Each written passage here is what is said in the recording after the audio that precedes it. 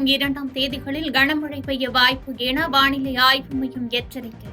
தென் தமிழ்நாட்டில் இன்று முதல் 7 நாட்களுக்கு மிதமான மழைக்கு வாய்ப்பு இருக்கும் என தகவல். கேரளாவில் ஆலப்புழா, கோட்டயம், எர்ணாகுளம் மாவட்டங்களில் இன்று அதிக கனமழைக்கான ஆரஞ்ச் அலர்ட் விடுப்பு. அடுத்த 2 நாட்களில் தென்மேற்கு பருவமழை தொடங்கும் எனவும் இந்திய வானிலை ஆய்வு மையம் தகவல். தமிழ்நாட்டின் 39 தொகுதிகளுக்கும் கூடுதலாக உதவி தேர்தல் நடத்தும் அலுவலர்கள் நியமனம். ஒவ்வொரு தொகுதிக்கும் 5 முதல் 20 பேர் உதவி தேர்தல் நடத்தும் அலுவலர்களாக நியமித்து தேர்தல் ஆணையம் நடவடிக்கை.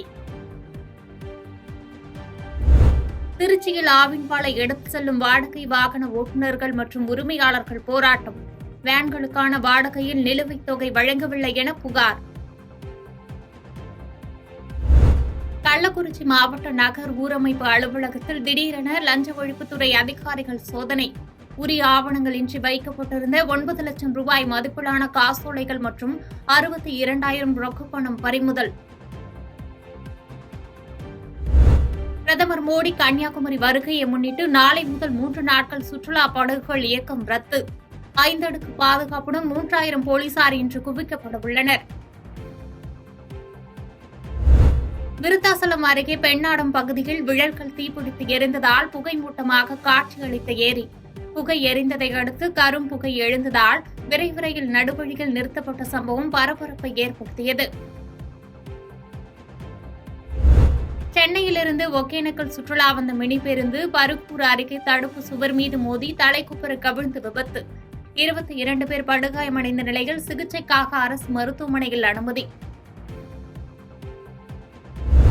ராஜஸ்தானில் நீடித்து வரும் வெப்பத்தால் பாதிக்கப்பட்டவர்களின் எண்ணிக்கை 4000-ஐ எட்டியது.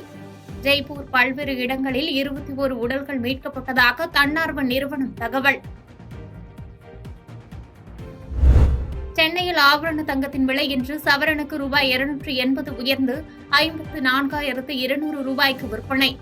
ஆபரண தங்கம் கிராமுக்கு ரூபாய் 35 உயர்ந்து 6,775 ரூபாய்க்கு விற்பனை செய்யப்படுகிறது. பாதகம் செய்பவரை கண்டால் நாம் பயங்கொள்ளலாகாது பாப்பா. மோதி மிதித்து விடு பாப்பா, அவர் முகத்தில் உமிழ்ந்து விடு பாப்பா. அண்மை செய்திகளை உடனுக்குடன் தெரிந்து கொள்ள இணைந்திருங்கள் இயம்நாடு தொலைக்காட்சியுடன்.